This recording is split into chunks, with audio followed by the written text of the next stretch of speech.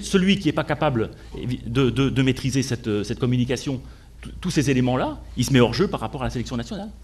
مشكل المنتخب الوطني هو مشكل التوصل، هكذا افتتح كريستيان غوركيف ندوته الصحفية التي تسبق تربص قطر والذي ينطلق الأحد ويستمر إلى غاية 30 من مارس. Le staff va partir cet après-midi. Demain, les locaux vont venir nous rejoindre, donc arriveront à Doha demain soir. Ça a permis de faire le match ce week-end en espérant qu'il n'y ait pas de, non plus ce week-end, pas de blessures supplémentaires.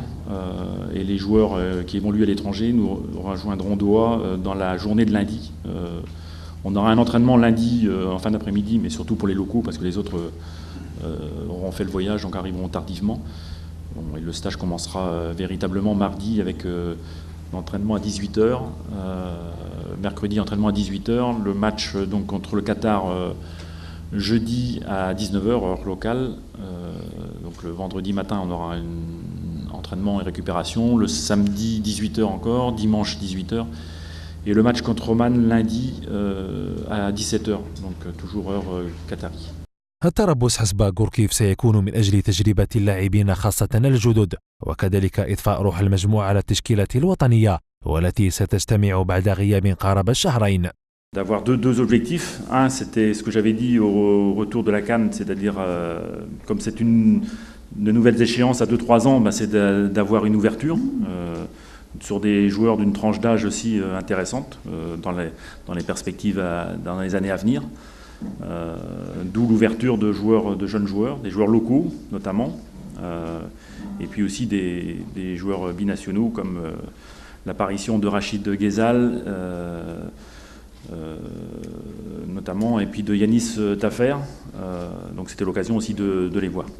تصريحات جابو الأخيرة نالت حصة الأسد من ندوة غوركيف والذي أكد أن لاعب النادي الإفريقي وقع ضحية تصريحات كان بإمكانه تفاديها، مشيرا في نفس الوقت أن إبعاده من التشكيلة الوطنية لا يعتبر إقصاء بل مجرد عقوبة.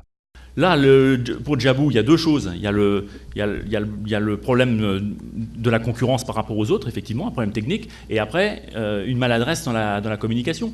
Mais je vous dis, moi, je suis pas. Il se met forcément en porte-à-faux par rapport à la sélection en faisant des déclarations comme celle-là.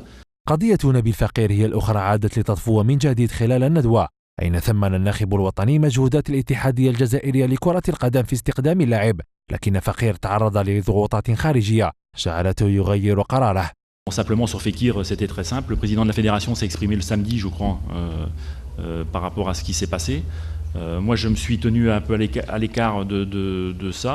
J'ai simplement réagi aux propos de Fekir dans l'équipe parce que ça ne traduisait pas la vérité. La vérité, comme je l'ai dit et comme le président l'avait signifié le samedi, c'est que Fekir m'a appelé le vendredi midi pour me dire qu'il avait choisi l'Algérie. Et c'est que consécutivement à ça qu'on l'a intégré dans la présélection. Et donc, c'est... là, l'intégrité de la fédération algérienne, elle ne peut pas être mise en cause. C'est-à-dire que la présélection, ce n'était pas pour lui faire pression, mais c'était consécutif à son choix de choisir l'Algérie. Après, il y a des intérêts, évidemment. Et le problème de Fekir, Nabil Fekir, c'est dans la communication que ça n'a pas été non plus... mais en ce qui concerne la fédération, elle a été exemplaire sur ce cas-là. C'est-à-dire que c'est un joueur... Moi, je l'avais vu au mois d'août. J'ai dit, tu nous intéresses, tu fais ton choix. في انتظار انطلاق التربص تبقى الأيام وحدها كفيلة بتبرير خيارات غوركيف الفنية قبل دخول المنافسة الرسمية من خلال تصفية مونديال روسيا 2018.